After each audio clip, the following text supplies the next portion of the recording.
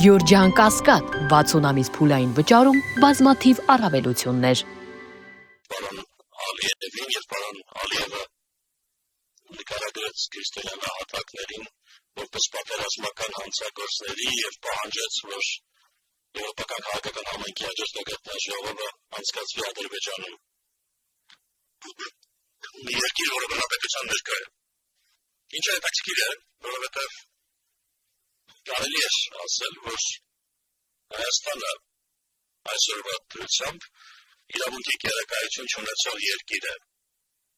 և ավտորիտար վիճակում է։ Քաղաքական հակառակորդները բանտարկվում են կամ տնային կանակի ներքո են, եկեղեցին հարձակման ներքո է, քաղաքական հարթակը Փաշինյանի միտված է Հայաստանի Սարքելական Սուրբ եկեղեցու ոչնչացմանը, ինչը հակասում է միջազգային իրավունքին, ինչը հակասում է եվրոպական իրավունքին։ Եվ պիտի շատ պարզ ասեմ, հակասում է նաև Հայաստանի եվրոպական միության միջև համաձայնագրին։ Գործընկերության համաձայնագիր կա, որը երաշխավորում է Հայաստանին, որ Եվրամիությունը կաջակցի հիմնական ազատություններին, ինչպիսիք են կրոնի ազատությունը, հավաքների ազատությունը, իրավունքի գերակայությունը, բայց Եվրամիությունը նպատակահարմար չգտավ անգամ մեկնաբանություն անել իրավունքի գերակայության այն բացարձակ խախտումների մասին, որոնք ամեն օր են տեղի ունենում Հայաստանում։ Շատ-շատերն են ինձ հարցրել, ինչ տպավորություն ունեմ եվրոպական քաղաքական համայնքի գագաթնաժողովից, որն այստեղ անցկացվեց, պիտի մեկ բան ասեմ։ Ջրեք, ավարտեցիք, պատրաստ եք դուք։ Ուրախ եմ կանգ առնել, եթե կարիք կա։ Պատրաստ եք։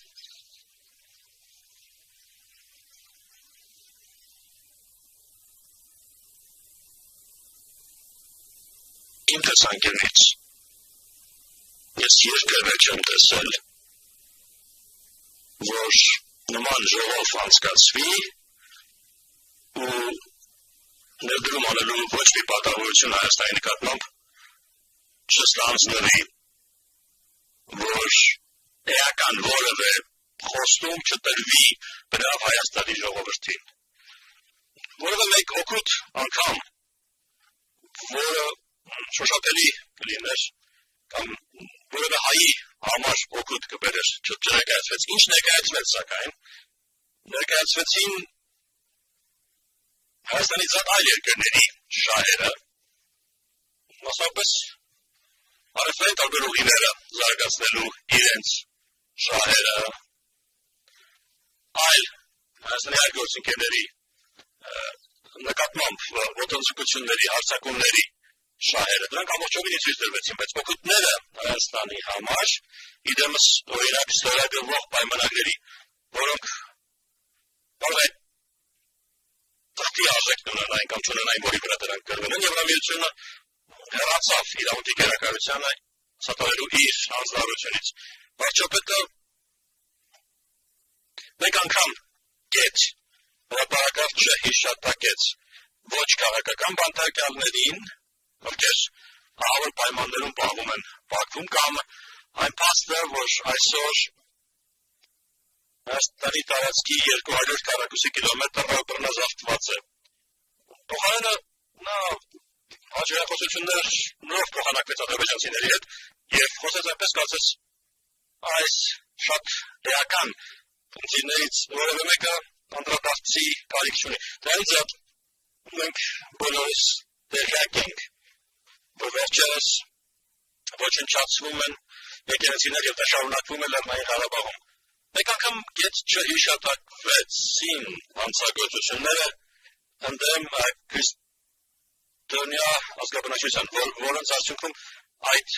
վայրերը ոչնչացվեցին։ Մեկ անգամ կետ դրանք չհիշատակվեցին և սա վկայում է այն մասին, որ Փաշինյանի շահը հնարավոր է չհամընկնի հայ ժողովրդի շահի հետ։ Փոխարենը Փաշինյանը Հանրապատ դահլիճ է կայարականության մաս կեղծ այդ պատկերումը իր հակառակորդների որպեսզի նա կարողանա Եվրամիության գումարներ հայտարարել, որոնք կարող է ծախսել ըստ էության, որպեսզի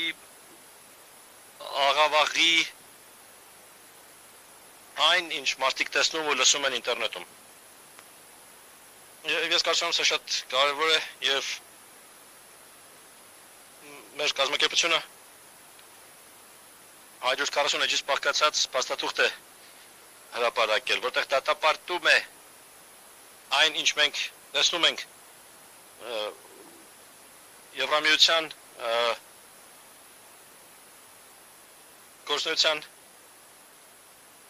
սխալները Հայաստանում։ Եվրամիությունը խիստ հմուտ անձերի է բերում Հայաստան, որպեսզի աղճատի ալգորիթմները եւ կատարի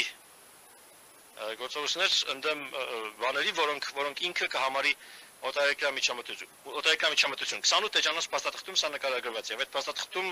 փաստաթուղթը գաղտնի է, չի հրապարակվում, չի ներկայացվում քաղաքական համայնքի այլ անդամներին, այսինքն միայն կառավարությունն է կարողանալու այդ փորձագետներին ցույցում տալ, թե ինչն է արգելափակվելու, իսկ ինչը ոչ։ Տիկնակ եւ օրինակ դա ժողովրդավարություն չէ, դա ընտրությունների նկատմամբ միջամտություն է։ Փաստացի Ամերիկայի Միացյալ Նահանգների կոնգրեսն է ասել, որ Եվրոպան է ընտրությունների միջամտության գրքի հեղինակը, խոսելով այլ երկրներում այլ ընտրությունների մասին, բայց նույն մատնահետքը, նույն ձեռագիրը տեսնում ենք Հայաստանում եւ ես կոչ եմ անում հայ ժողովրդին գնալու եւ քվեարկելու, քանի որ ակնհայտ է, որ եվրոպացիների շահն է իրենց համոզմունքով ապահովելու Փաշինյանի պաշտոնավարման հաջորդ ժամկետը։ Պարոն Փաշինյանի հետ իրականացված նախընտրական քարոզությունից մինչև այդ հիբրիդային թիմը, որն իրենք ուղարկել են Հայաստան, մինչև մեկնաբանությունների բացակայությունն այն փաստի շուրջ, որ իմ վստահորթը ընդդիմության հիմնական առաջնորդներից մեկը իրավունք չի ստանում նախընտրական քարոզություն իրականացնելու, Եվրոպան բարձորոշ ցույց տվեց իր ընտրությունը, եւ դա ճիշտ ընտրություն չէ Հայաստանի համար։ Ես ասում եմ, ամիսներ շարունակ ուսումնասիրած լինելով իրավիճակը Հայաստանում, շատ ակնհայտ է, որ մենք մի իրավիճակում ենք, որում աղքատությունը, Հայաստանի տնտեսական սոցիալիստները չեն տեղաշարժվում, սակայն մշտապես Փաշինյանը հարձակումների է ենթարկում բոլոր նրանց, ովքեր կարող են ձեռնոց նետել իր ավտոկրատ վերահսկողությանը, նա իրական Հայաստան հայեցակարգն է առաջ քաշել, իսկ իրական Հայաստանը փաստացի Հայաստանը չէ, որովհետև այդ ամբողջը նրա մտքում է ձևակերպված, քանի որ նա մոռանում է Լեռնային Ղարաբաղի մասին, նա մոռանում է եկեղեցու մասին, որն ուզում է վերակառուցել։ Նա երկիրը նորովի է նախագծում, որ համապատասխանի Ադրբեջանի կառավարության ցանկություններին եւ նախընտրություններին եւ ԱՄՆ-ի կառավարության ցանկություններին եւ ընդ որում սա են հազվագյուտ ժամանակներից աշխարհի պատմության մեջ,